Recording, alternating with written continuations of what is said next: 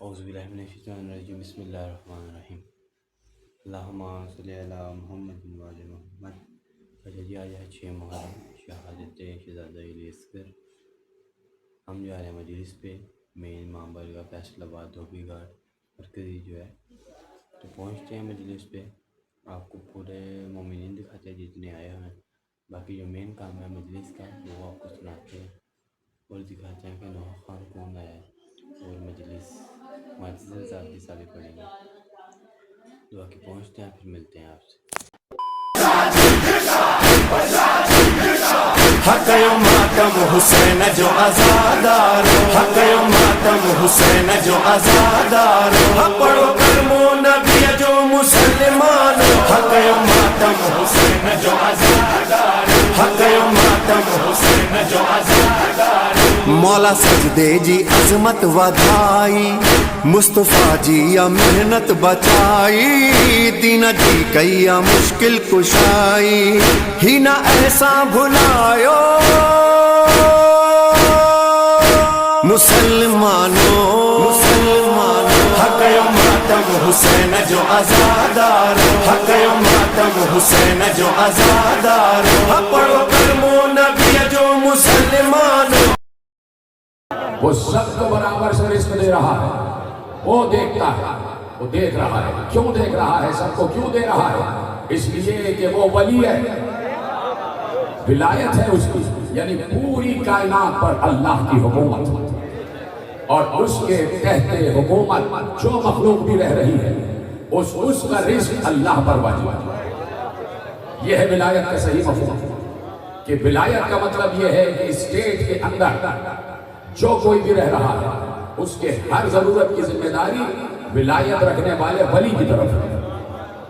اور اس ولی کو یہ دیکھنا ہے کہ سب کو برابر سے رزق پہنچ رہا ہو, سب کو اس کے بقدر ضرورت رزق پہنچ رہا ہو, سب کی ضروریات بقدر ضرورت پوری ہو رہی ہو. اس لیے ولایت بہت بڑی ہے. اور اللہ صرف اس چھوٹے سے ملک پاکستان کا یا اس زمین کا ولی نہیں, صرف اس زمین کا ولی نہیں ہے, پوری کائنات کا ولی ہے, اس لیے کہ پوری کائنات کا خالق ہے. تو میرے عزیزوں, ابھی ہمیں پتہ ہی نہیں کہ کائنات میں ہے کیا کیا, توجہ ہے, ابھی ہمیں یہ معلوم ہی نہیں کہ کائنات کی وسعتیں کیا, کائنات میں ہے کیا کیا. ارے ابھی تو ہمیں یہی نہیں معلوم کہ اللہ کے صفات کیا کیا ہیں, اللہ کے کیا کیا صفات ہیں, ابھی تو ہم یہی نہیں جانتے. ابھی ہمیں صرف یہ معلوم ہے کہ جو 99 صفات ہمارے پاس ہیں بس یہی صفات سے متصف ہے اللہ. بس یہ کہ وہ رازق ہے, وہ خالق ہے, وہ رحمان ہے, وہ رحیم ہے, وہ کریم ہے, وہ قدوس ہے, وہ سلام ہے, وہ مومن ہے, وہ مہیمن ہے, وہ عزیز ہے, وہ جبار ہے, وہ متکبر ہے, وہ قہار ہے, وہ ستار ہے, وہ غفار ہے, وہ صبور ہے, وہ شکور ہے, وہ غفور ہے, وہ لطیف ہے, وہ خبیر ہے, وہ سمیع ہے, وہ بصیر ہے, وہ ذوالجلال ہے, وہ الاکرام ہے, وہ تواب ہے, وہ رحیم ہے, وہ رؤوف ہے. ابھی ہمیں یہی معلوم ہے کہ بس وہ یہ ہے. میں ایک مثال دیتا ہوں آپ کو مثال دیتا ہوں. انسان کو اللہ نے بنایا ہر طریقے سے صحیح بنایا اور انسان کو احسن تقویم پر بنایا.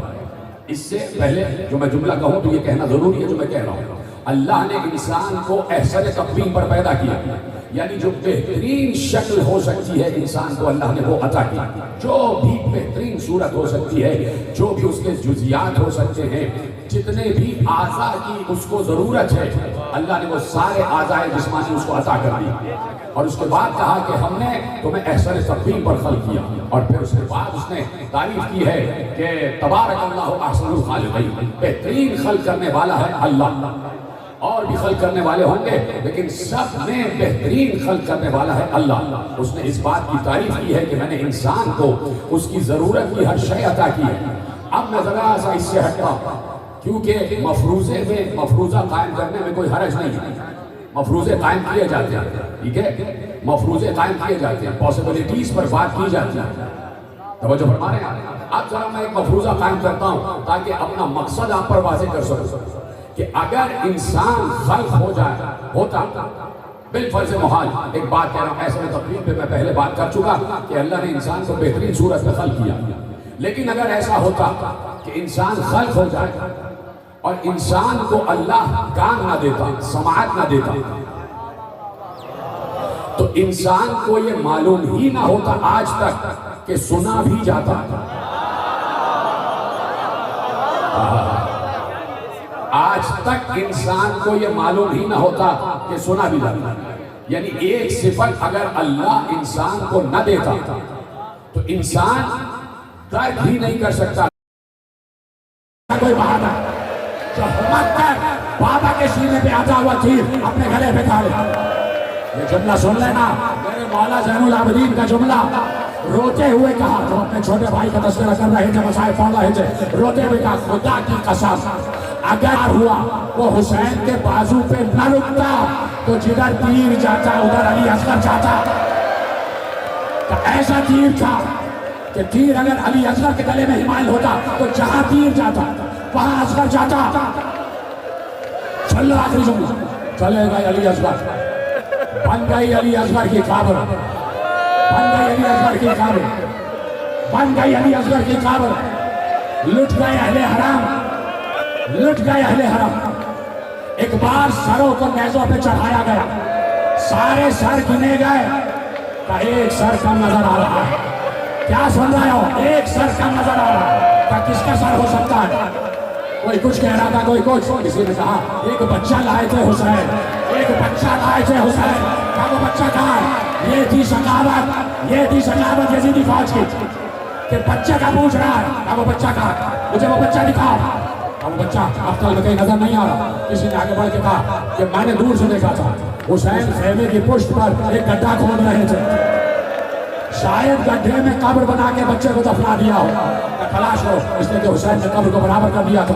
انہیں رونا نہیں آ رہا, مجھے حیرانی ہو رہی ہے, مجھے حیرانی ہو رہی ہے وہ کبھی صاحب اولاد رہے ہیں یا نہیں. تمہارے بچے 6 مہینے کے رہے ہوں گے, تصور کرو تصور. حسین نے قبر کو برابر کر دیا تھا. صرف 2 جملے کہنے کی اجازت دینا. پہلا جملہ آپ کہہ رہا ہوں اور جب آخری جملہ کہوں گا تو تابوت اور جھولا برابر ہو جائے گا. حسین نے قبر کو برابر کیا. کسی کو قبر نظر نہیں آ رہی. کہا کیسی قبر تلاش کرے؟ کہا نیزے مارو, نیزے مارو, نیزے, نیزے, ادھر ادھر ادھر. ایک بار کسی نے نیزہ زمین میں مارا, نیزہ باہر آیا, بچہ ساتھ بچہ ساتھ بیٹھے رہو, بیٹھے رہو, بیٹھے رہو, ابھی نہیں, بیٹھ جاؤ. آخری جملہ مجھے کہنے دینا, سب بیٹھے رہنا. بچہ ساتھ باہر آ گیا. کسی نے بڑی تلوار نکالی, دوسرے نے کہا چھوٹا بچہ ہے خنجر سے ہی ذبح ہو جائے. ماتا ماتا خنجر سے ہی ذبح ہو جائے گا. بیٹھے رہنا جب تک میں آخری جملہ لگاؤں. پیچھے والے بیٹھے رہو, تو میں چادر سے لگا واسطہ پیچھے رہو. کہا خنجر سے ذبح ہو جائے گا. بچے کے گلے کو کاٹا گیا, بچے کے گلے کو 9 کے سرا پر چڑھا دیا گیا. 13 محرم آ گئی. زین العابدین موجے سے واپس آئے, قبریں بنانے لگے. جب بابا کی قبر بنائی تو بنی اسد آگے بڑھے. بنی اسد نے دیکھا حسین کے سینے پر زین العابدین نے ایک گوشت کا ٹکڑا رکھ دیا. ارے کہا آخری جملہ یہ کیا ہے؟ کہا میرا بھیا علی اصغر. ارے ٹکڑے ٹکڑے ہو گیا.